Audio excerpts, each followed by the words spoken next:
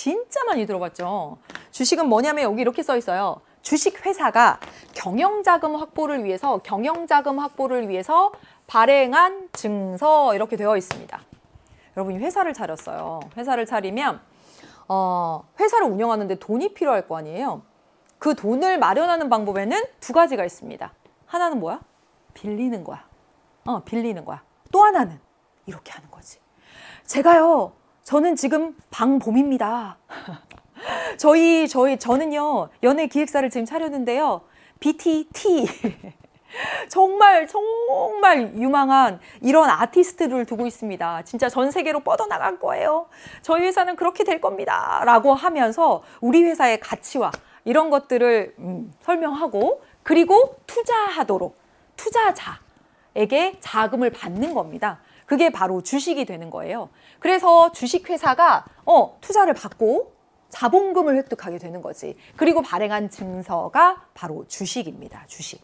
그렇기 때문에 내가 어떤 회사의 주식을 샀다면 나는 거기에 그 회사의 주주가 되는 거야. 주주가 되기 때문에 그 회사가 처음에 설명한 대로 진짜 경영을 잘하면 같이 이익을 나누게 되지만, 그 회사가 경영을 잘 못하거나 또는 애초에 그 목표를 달성하지 못해서 이렇게 망하게 되면 같이 이렇게 되는 거야. 예. 그래서 주식이 앞에서 얘기한 것처럼 큰 수익을 기대할 수 있는 대신에 위험성도 높다는 이야기입니다.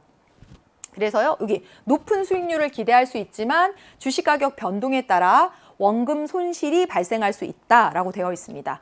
그래서 주식을 통해서 수익을 얻는 형태는 우린 보통 이걸 생각합니다. 뭐냐면 시세 차익이죠.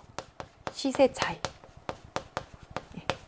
시세 차익. 즉 시세 차익이 뭐예요?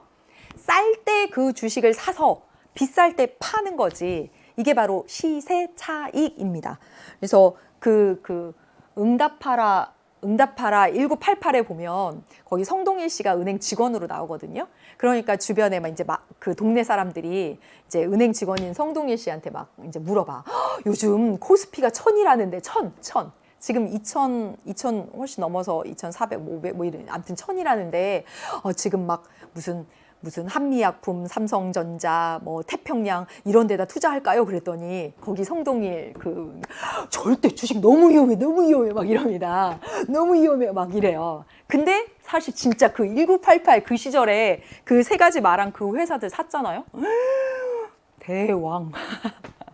즉 뭐야? 쌀 때 사서 지금까지 장기 보유하고 있어서 지금 팔았더라면 엄청났을 거야. 물론 뭐 그렇지 않을 수도 있지만, 그렇지 않은 뭐 회사들도 있고 그렇긴 하지만, 그래서 보통 주식을 통해서 실현하는 수익의 형태는 시세 차익, 즉 쌀 때 사서 비쌀 때 파는 거. 근데 여러분 주식 해보잖아요. 이게 진짜 신기하다. 이게 되게 간단한 논리잖아. 쌀 때 사서 비싸지면 팔면 되잖아. 근데 이게 꼭 반대로 돼요. 이게 막 싸지잖아? 안 사죠. 이게 더 떨어질 것 같은데? 그리고 안 사져요. 그리고 막 이게 비싸지잖아. 그러면 더 오를 것 같아서 안 팔아져. 그래서 제가 30몇 % 수익 났다고 했잖아요. 못 팔고 있어요. 빨리 팔아야겠어요. 네. 아무튼 시세 차익을 생각합니다. 근데 또 하나가 있어요. 또 하나가 뭐냐면 배당금입니다. 배당금. 배당 수익이라고 나오기도 하고요. 배당금. 여러분 들었었어. 앞에서도 배당금, 국제수재할 때도 이 배당금이라고 나왔었습니다. 배당금이 뭐냐면, 제가 이 회사의 주식을 샀어요. 경영 자금을 내가 이제 투자한 거야. 이른바. 그러면 내가 이 회사의 주식을 샀다는 건 이 회사의 주주가 된 것이고, 이 회사가 성장했어. 이익을 많이 냈어. 그럼 내가 주주니까 그 이익을 나눠서 갔습니다. 그게 바로 배당금이에요. 그래서 시세 차익만 있는 것이 아니라 배당금도 있다. 이게 주식의 아주 큰 특징입니다. 배당 수익 이렇게 나오기도 합니다. 자, 그 다음에 세 번째입니다. 세 번째. 조금 더 어려운 것이 채권이지만 우리가 통화정책 할 때 이 채권에 대해서 공부를 했습니다. 채권의 모양도 보셨고. 그래서 채권은 특징은 무엇이냐면 정부나 공공기관도 채권을 발행해요. 그리고 기업도 채권을 발행합니다. 정부나 공공기관이 발행하는 채권을 국공채라고 얘기하고, 기업이 발행하는 채권을 회사채라고 얘기합니다. 그래서 이 채권은 무엇이냐면 정부나 공공기관 또는 회사가 어떤 사업을 할 때 필요한 사업 자금을 빌리는 거예요. 돈을 빌리고 차용증을 원래 줘야 되잖아. 얼마를 빌렸어, 언제까지 갚을게, 이런 걸 쓰잖아요. 그겁니다. 그래서 돈을 빌렸다라고 하는 증서예요, 증서. 네, 증서. 그래서 원래 돈을 빌리면 언제까지 만기가 있죠. 원금과 이자 지급을 약속한 증서입니다. 그게 바로 채권이에요. 그래서 공공기관은 왜 돈을 빌려요? 공공기관이 무슨 사업을 한다고 돈을 빌려요? 이럴 수 있을 텐데요. 공공기관, 정부 또는 지방정부 또는 공공기관들도 사업을 합니다. 예를 들어서 우리나라에서 어떤 도가 L랜드를, 그 도에 L랜드를 건설한다고 했어요. 왜냐하면 이 지방정부가 지방자치시 되니까 뭔가 이런 것들을 건설하면 막 사람들이 와서 여기서 돈을 쓰고 지방정부 수입도 생기고 막 이러니까. 그래서 이걸 건설한다고 했어요. 이런 사업을 할 때 이 지방정부가 가진 돈만으로 이게 다 안 된단 말이야. 그럼 어떻게? 이런 채권을 발행하는 거지. 우리가 이걸 만들 건데요. 우리 이 도가 만들 거예요. 그래서 저 망할 일 없고요. 돈 빌려주시면 잘 운영할게요. 언제까지 이자 얼마로 해서 갚을게요. 이런 겁니다. 그래서 주식에 비해서는 어때요? 안전한 겁니다. 특히 국공채의 경우에는 지방정부나 이런 데서 막 망해갖고 막 그럴 일이 많진 않겠잖아. 그렇죠? 그래서 주식에 비해서 안전성이 높고요. 안전성이 높기 때문에 주식에 비해서 수익성은 낮습니다. 수익성은 낮아요. 수익 형태는 어떤 형태가 될까? 이거 봐. 돈을 빌려준 거야. 기업에 또는 정부 공공기관에 돈을 빌려준 형태예요. 돈을 빌려주면 뭘 받아요? 그렇죠. 이자를 받습니다. 만기가 됐을 때 이자를 받을 수 있어요. 예. 근데 여기 똑같은 게 있어. 주식하면 여러분 뭐 생각한다고? 시세 차익 생각한다고 했죠. 시세 차익. 쌀 때 사서 비쌀 때 팔거나.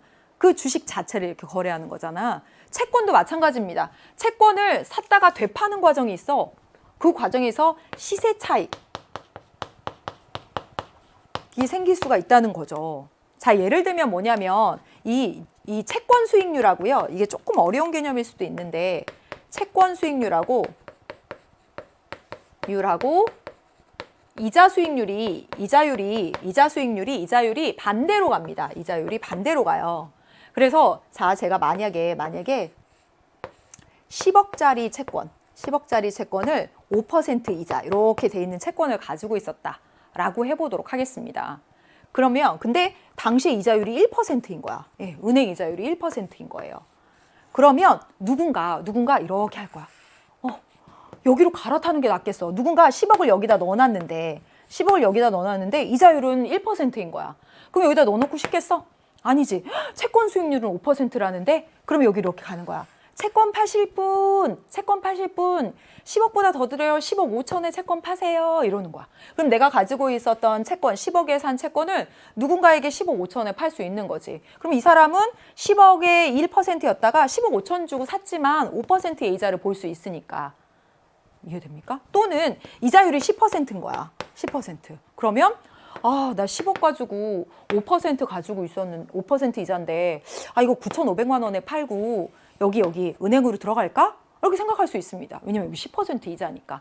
그래서 이 채권 자체를 되파는 과정이 있을 수 있고요. 이 과정에서 또 시세 차익이라고 하는 수익이 발생할 수 있습니다. 쭉 정리를 해보도록 하겠습니다. 어떤 차이가 있는지를 볼게요. 자, 여기 주식 그리고 채권 여러분 써 있습니다. 두 개 비교할게요. 주식의 발행 주체는 어디야? 회사야. 회사. 채권은요? 회사도 발행합니다. 근데 채권은요? 어디? 그렇지. 정부나 공공기관에서도 발행한다라고 하는 차이가 있습니다. 그래서 정부나 공공기관에서 발행하는 채권을 국공채, 얘는 회사채 이렇게 하는 거지. 이 차이가 있어요. 만약에 회사가 주식을 발행했습니다. 경영자금 확보를 위해서 주식을 마련하면 그 주식은요, 내가 이 회사에 얼마만큼 소유하고 있다라고 하는 소유 지분을 표시한 겁니다. 그래서 이 주식을 많이 발행했는데 그만큼 주식이 다 팔리게 되면 그 회사의 자본금이 증가하게 되는 거예요. 자본금이 증가하게 됩니다. 이 채권은요. 이 채권은 뭐라고 했어? 이 회사가 경영을 하기 위해서 돈을 빌리는 겁니다. 돈을 빌렸다는 증서지. 증서. 그러면 채권을 막 발행해서 채권이 많이 팔리게 되면 이 회사에 뭐가 늘어난 거야? 부채가 늘어난 겁니다. 부채가 늘어난 거죠. 네. 차이가 있습니다. 얘는 돈을 빌린 것이기 때문에 이 채권에 대해서 뭐가 있어? 만기가 있습니다. 언제까지 갚아줄게. 이렇게. 근데요, 주식은요, 만기가 없습니다.